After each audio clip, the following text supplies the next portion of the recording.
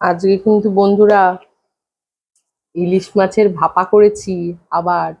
কিন্তু আজকে ইলিশ মাছের ভাপার মধ্যে একটা নতুন জিনিস অ্যাড করেছি, সেটা হচ্ছে নারকোল বাটা। নারকোলটা মিক্সিতে পেস্ট করে নিয়েছি। সর্ষে পোস্ত তো দিয়েইছি, তার সঙ্গে আমি কিন্তু সুন্দর করে একসঙ্গে পেস্ট করে নিয়েছি একটু নারকোল আর কাঁচা লঙ্কা দিয়ে, সর্ষে দিয়ে, পোস্ত দিয়ে তো বেটেই নিয়েছিলাম। খেয়ে দেখি কেমন হলো আজকে।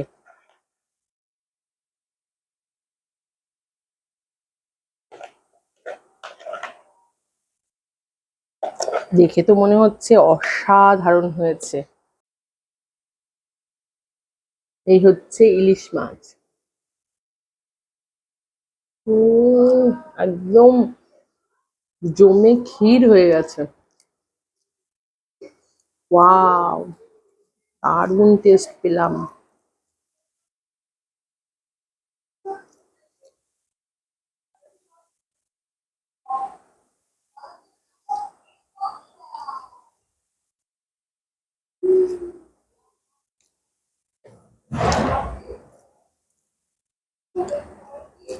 ঝাঁঝ হয়েছে, দারুণ ঝাঁঝ ঝাঁঝ মতো হয়েছে কিন্তু।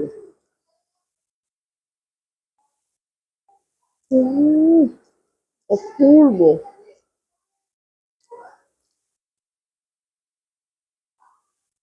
মাছটা তো একদম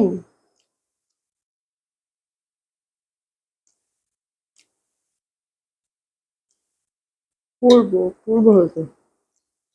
আমি তোমাদের বলে দিলাম কিভাবে আমি আজকে ইলিশ মাছের ভাপাটা করেছি। এভাবে যদি তোমরা করো, মানে এক থালা ভাত হামেশাই খেয়ে নিতে পারবে। অপূর্ব।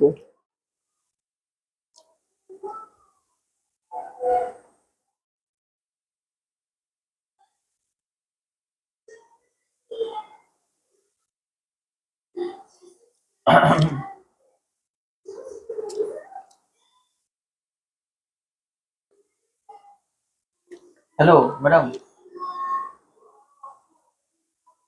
কি ব্যাপার, আবার ক্যামেরা? আপনি মনে হচ্ছে ইলিশ মাছ খেতে খেতে হারিয়ে গেছেন। সত্যি তাই। আমার থালা ফাঁকা। আমি কখন ভাত খেয়ে নিলাম এতগুলো? আমার না বুঝতে পারছি না, আমার মনে হচ্ছে আর একটু লাগবে ভাত। ঠিক আছে, তাহলে আরেকটা পিস দেবো। আর একটু পিস না, আর একটু ভাত হলে ভালো হতো। আচ্ছা ঠিক আছে, তাহলে এনে কি দিচ্ছি। অসাধারণ, কি অপূর্ব টেস্ট হয়েছে, মানে আমি বলে বোঝাতে পারছি না। মানে আমি খেয়ে ফেললাম কখন আমি বুঝতেই পারছি না।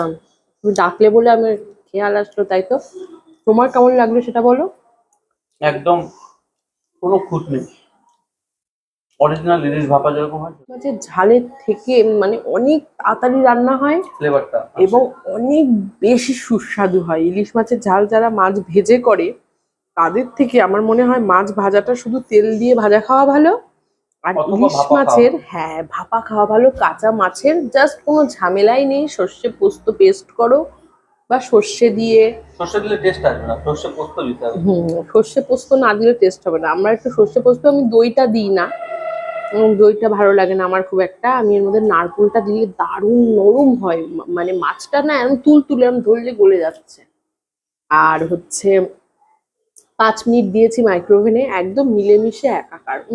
লাজবাব। কিন্তু না, মাখা একদম মাখা মাখা মাখা, একদম পরিমাণ মতো দিতে হবে, মাখা মাখা, অত জল টল দেওয়া যাবে না।